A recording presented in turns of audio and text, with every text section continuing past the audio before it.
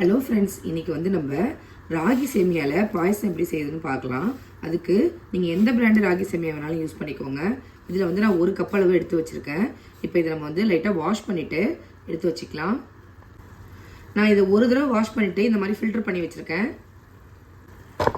இப்போ ஒரு பாத்திரத்தில் கொஞ்சமாக நெய் சேர்த்துக்கிறேன்.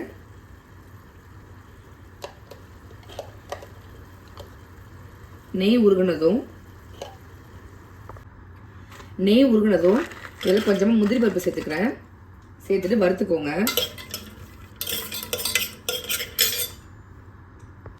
முந்திரி வறுப்பட்டதும் இது கூட காஞ்ச திராட்சையும் சேர்த்துக்கிறேன். முந்திரி திராட்சையும் வறுப்பட்டதும் ஒரு பிளேட்டுக்கு ட்ரான்ஸ்ஃபர் பண்ணி வச்சிடுறேன்.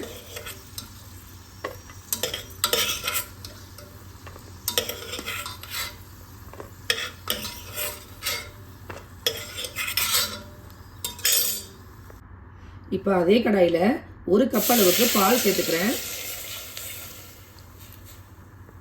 பால் நல்லா கொதி வந்ததும் நம்ம வாஷ் பண்ணி வச்ச சேமியாவை உள்ளே சேர்த்துக்கோங்க. சேர்த்துட்டு நல்லா வேகட்டும். இது வந்து சீக்கிரம் வெந்துடும். 5 to 10 மினிட்ஸ்குள்ளேயே வெந்துடும். அது பாருங்கள், நல்லா வெந்து வந்துட்டு சேமியா. இதில் ஸ்வீட்டை என்ஹான்ஸ் பண்ணுறதுக்காக கொஞ்சமாக சால்ட்டு சேர்த்துக்கிறேன்.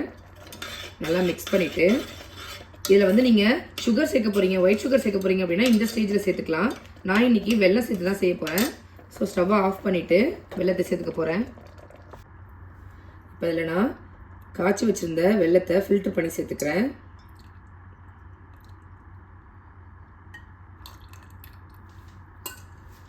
சேர்த்துட்டு நல்லா மிக்ஸ் பண்ணி விட்டுக்கோங்க.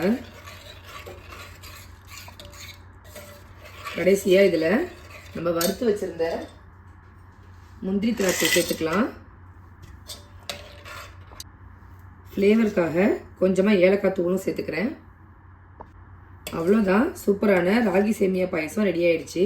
நீங்களும் இதே மாதிரி உங்கள் வீட்டில் செஞ்சு பாருங்கள்.